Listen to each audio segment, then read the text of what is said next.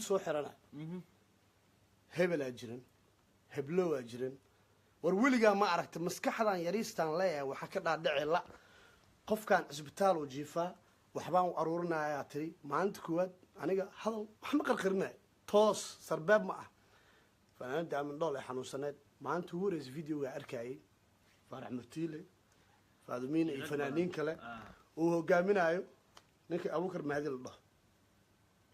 ayaa video soo duubay weliba youtube channelkiisu soo geliyay meeshaa ka arkay qofkii xanuunsaneed aniga wallaahi waa ka naxay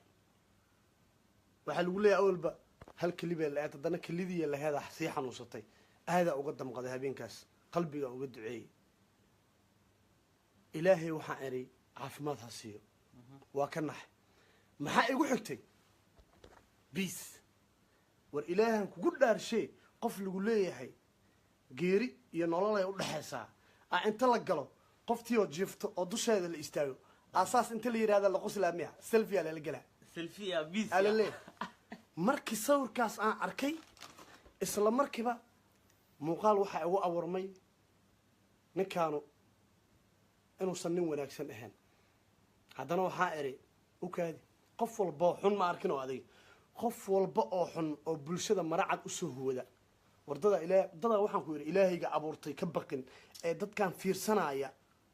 iyagay caabudaan iyaga maxaa yeelay dheh meelaha kale markuu tago laandheere laangaab ay dhalo waaye xaaraami waaye dulli waaye dadkan markuu hor imaado ma arkin oo wuxuu iska dhigaa nin qabyaaladaba dibadda uga baxsan nin wanaagsan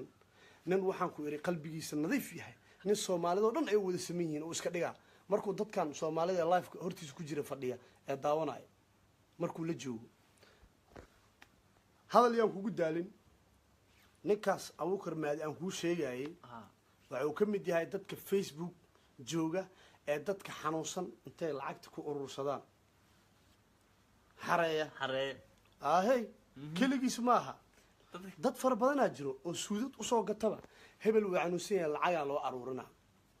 waa la smariyey lacagta abo wallaahi waraa jiro waraa jiro burcad badeedaa maqlaay burcad facebookeed aa soo baxda wallahi bilaah ya facebook haddii wax lagu dhacay midaa jirta marka sheekada waxay noqotay nin walba ninku ku qabiila inuu difaacana waa arkay aniga nin walba ninku ku qabiil ah inuu ka daba hadlo waa arkay waxay noqotay bahasha internetka in isku xigsado fanaanadan ciddayda waaye iyadaan taageeraa hebelaa ku dhegan oo xitaa shalay ani asaga asku fiicneen hebelaa ku dhegan miya fanaanadaas yaa waaye isku qabiil maanahay hebelkaas waaba ku dhegaaba wuxuu yahay male he got no talent wuxuu talent leeyahay malaha shit waay facebooka ma layska qixinaayo facebooka ma layska qixinaayo facebooka runtaa laisku taabsiinaa runtaa laisku taabsiinaa aniga waxaa idiin sheegayaa maalin dhexdaas marka ummadda ay baabeen waxaan soo dhigay ilaahay a u naxariisto intii dhimatay aad iyo aadna uga xumahay oo waa ka murugoonaya aniga soomaaliya kusoo koray tanoo kale oo u joogi jiray dadka lala soo dhaqsada miyi brother inta ciyow la keena ayagoo yar hadda la imaada ani ma fahmino nin baa wuxuu iisoo galay beejka luuqa faniskayga ka mid ah wuxuu yidhi no aniga dadku ugu xirnaan ka mid ahay laakiin waxaan ku weydiinaa annaga balaayahan isaga keen dhigin kulaha oo hana dhihin wallahi niidaan ka xumaaday haddaad run sheegayso inta kasoo tagta yurub soomaaliya imaw cid kaa xoog weyn male dabajeex hal faraa ku ridi kartaa u fiirsaya kulaha cid kaa xoog weyn male annaga hanoo dhihin wallaahi wax laga murugoodo waaye yah ilaahay hanaga qabto cadowga soomaaliya intaa dhihi lahayd siiba muqdisho dhibaatada ku haya yah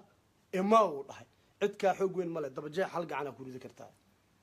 waxaa ugu jawaaba mataqaanaa ma xumaan dhahay horta walaalkay fikirkaaga in weliba wuxuu ii raaciyay yarka wuxuu ii raaciyay idinka iloobin imaa uu dhahay cid kaa xoog weyn male hal gacanaa dabajeexa ku ridi kartaa dhalinyarada soomaaliya joogtay ciidanka ahna waxay u noqonaysaa dhiirigelin kuwiina qurbaha jooga markaa soo baxdaan oo ciidanka isqortaan su-aal noocaasu i weydiiyey wiilka waxaan ugu jawaabay nin horta waxaan dhahay ma xumo su-aal fiican ay weydiisay hadday dhalinyaro awal waxaa la arki jiray moogtahay